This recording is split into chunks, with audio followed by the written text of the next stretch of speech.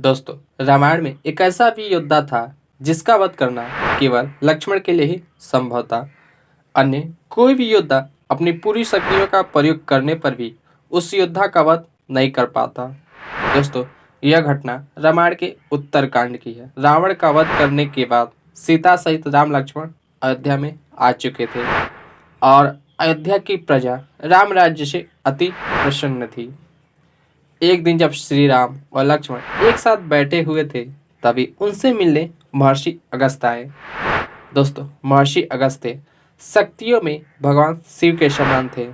ऐसा माना जाता है कि महर्षि अगस्त्य शिव जी के ही रूप हैं। दोस्तों, जब पार्वती और भगवान शिव का विवाह हो रहा था, तो उस विवाह को देखने के लिए पृथ्वी के उत्तर भाग में देवता, ऋषि, महर्षि और जितनी भी शक्तियां थीं, वो सारी शक्तियां इकट्ठा हो गईं। उनके इकट्ठा होने से पृथ्वी के उत्तर भाग में इतना अधिक भार बढ़ गया कि पृथ्वी का संतुलन ही बिगड़ने लगा। तब शिव जी ने महर्षि अगस्त्य को याद किया और उन्हें दक्षिण दिशा में जाने का आदेश दिया।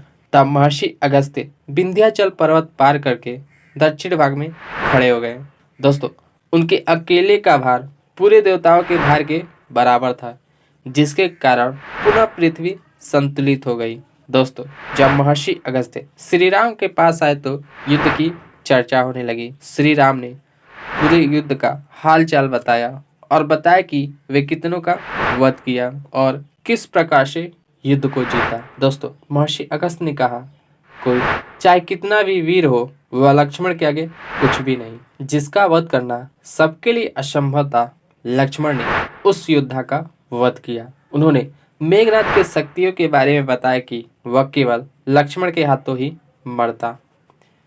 मेघनाद को यह वरदान था कि वह उसी के हाथों मरेगा जिसने 14 वर्ष न तो कुछ खाया हो और न ही सोया हो। लक्ष्मण उन 14 वर्ष के वनवास में ना तो कुछ खाए और ना ही पलक झपकाई। एक बार जब निद्रा देवी उनके पास गईं, तो लक्ष्मण को नींद महसूस हुई। तब लक्ष्मण ने निद्रा देवी पर ही बाण साध दिया और कहा, 14 वर्ष तक मैं प्रभु श्री राम के सेवा में लीन रहना चाहता हूँ, इसलिए इन 14 वर्ष में मेरे पास ना आए। तब निद्रा देवी ने कहा, प्रत्येक प्राणी को निद्रासन प्रदान करना ही मेरा धर्म है, इसलिए आपको भी अपने हिस्से की निद्रा स्वीकार करना होगा।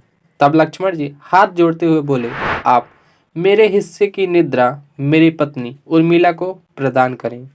दोस्तों, 14 वर्ष उर्मिला सोती ही रही। दोस्तों, जब यह बात राम जी ने सुना तो वह बोले, मुझे तो इस बात का भान भी नहीं था कि तुम 14 वर्ष बिना कुछ खाए रहे, परंतु मैं जब भी भोजन करता था तो अपने हाथों से तुम्हें भोजन देता था। उस सारे भोजन का क्या करते थे? तब लक्ष्मण जी ने कहा, मैं वो सारे भोजन अयोध्या में भेज देता था। दोस्तों, जब भोजन के दौने की गिनती हुई तो एकदम सही निकला। दोस्तों, लक्ष्मण 14 वर्ष ना तो कुछ खाए और ना ही सोए, इसलिए वह मेघनाद का वध कर पाए। एक घटना यह भी है कि जब मेघनाद देवताओं को हराया था, तो उस समय उसने वासुकी नाग को भी हराया था। तब वासुकी नाग ने मेघनाद को श्राप दिया था कि उनके बड़े भाई शेषनाग मेघनाद का वध करेंगे। दोस्तों, इसी डर से मेघनाद ने वासुकी नाग की बेटी सुलोचना से विवाह किया था, यह सोच के कि मैं शेषनाग का दामाद बन जाऊंगा तो वह मेरा वध नहीं करेंगे।